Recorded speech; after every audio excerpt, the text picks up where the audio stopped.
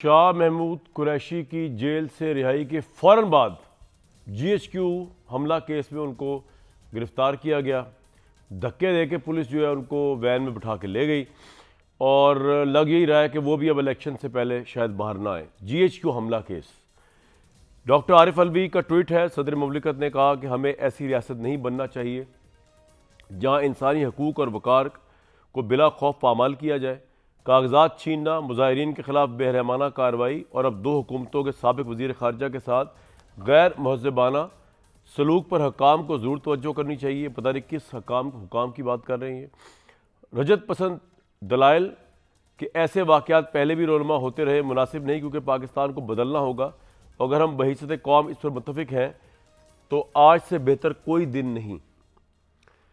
कल supreme court ने तमाम मुकदमात डिलिस्ट कर दी हैं। सुप्रीम कोर्ट में छुट्टियां चल रही हैं। जो तहरीक इंसाफ के कायद हैं इमरान खान साहब, उनकी सज़ा मुअत्तली का जो फ़ैसला है वो फौरी समाअत से इनकार कर दिया सुप्रीम कोर्ट ने।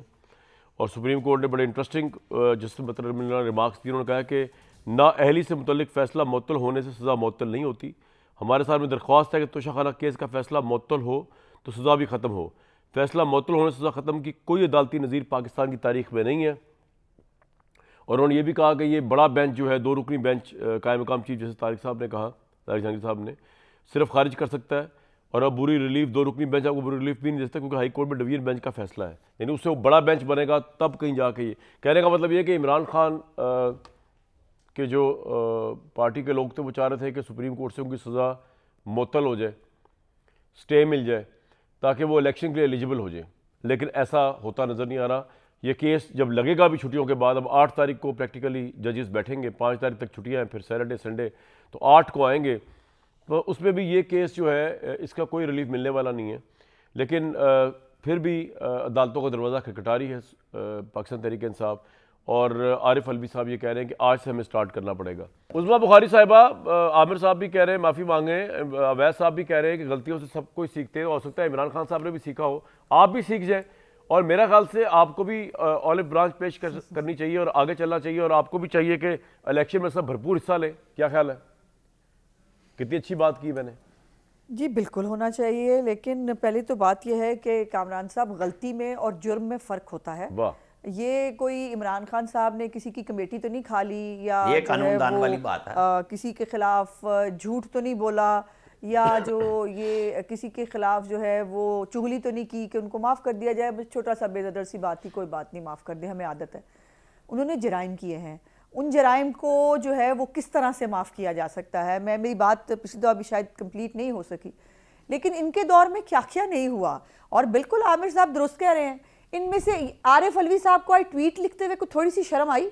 उन्होंने क्या रियलाइज़ किया कि वो याद है आपको, गुंडों की तरह कराची पे आज कोई गाड़ी नहीं चलेगी, शाहराह कायदे आज़म के ऊपर, याद है ना आपको? जी जी। फिर वो जो पूरा इस 4-4.5 साल के अंदर कौन सी ऐसी साजिश है, कौन सा ऐसा कारनामा है जिसको उन्होंने सपोर्ट नहीं किया।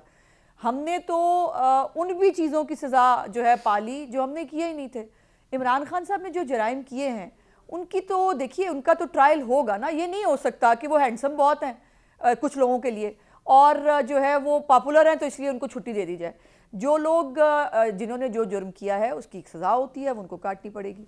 इसमें हमारी चॉइस नहीं है, ना हम इसके ऊपर कोई चॉइस रखना चाहते हैं।